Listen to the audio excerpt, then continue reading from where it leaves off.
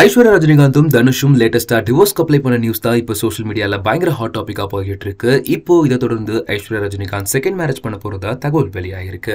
தமிழ்ல 3 படத்தின் மூலமா டேரக்டரா அறிமுகமாகறாங்க ஐஸ்வர்யா ரஜினிகாந்த். 2004ல தனுஷும் ஐஸ்வர்யா ரஜினிகாந்தும் லவ் பண்ணி மேரேஜும் பண்ணிக்கிறாங்க. இவங்களுக்கு யாத்ரா லிங்கா அப்படின்னு 2 மகன்கள் இருக்காங்க. இவங்க கடந்த 2022 அப்போ நாங்க பிரிய போறதா அபிஷியல் ஸ்டேட்மெண்ட் விட்டிருந்தாங்க. இதுக்கப்புறமாவே ஃபேன்ஸ்லாம் பயங்கர டிசப்பாயின்மெண்ட் ஆயிட்டாங்க. இவங்களோட பேர் ஒரு பயங்கரமான ஹிட் பேர். எங்க போனாலுமே இவங்களோட வீடியோஸ் போட்டோஸ் எல்லாமே ஷேர் பண்ணிட்டு இருப்பாங்க.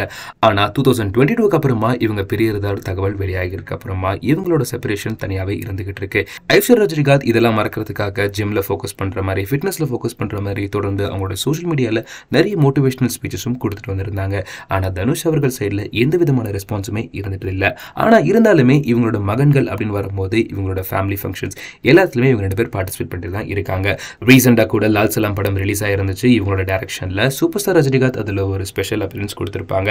இதுல நிறைய விமர்சனம் வந்திருந்தாலுமே இந்த படத்தின் மூலமா அடுத்த லெவலுக்கு போயிட்டு இருக்காங்க ஐஸ்வர்யா ரஜினிகாந்த். இதெல்லாம் தொடர்ந்து இப்போ அவங்க அபிஷியலா டிவோர்ஸ்க்கு அப்ளை பண்ணிருக்காங்க. அதாவது 2004ல நடந்த மேரேஜ் செல்லவே செல்லாது, சோ அதனால இந்த டிவோர்ஸ் அப்ளை பண்ண போறோம் அப்படிங்கிற மாதிரி ஒரு ஸ்டேட்மெண்ட் கொடுத்திருக்காங்க.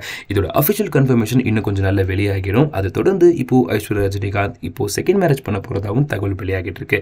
இது எந்த அளவுக்கு உண்மையா இருக்க போதா இல்ல ரூமரா இருக்க போதா அப்படின்னு பொறுத்து இருந்தா பார்க்கணும். அண்ட் இந்த நியூஸை பத்தி உங்களோட கமெண்ட்ஸ் என் கூட ஷேர் பண்ண மறந்துடாதீங்க. இந்த மாதிரி சினி அப்டேட்ஸ்லாம் உடனுக்குடன் தெரிஞ்சுக்கணும்னா செய்தி மணி சேனலை சப்ஸ்கிரைப் பண்ணிக்கோங்க.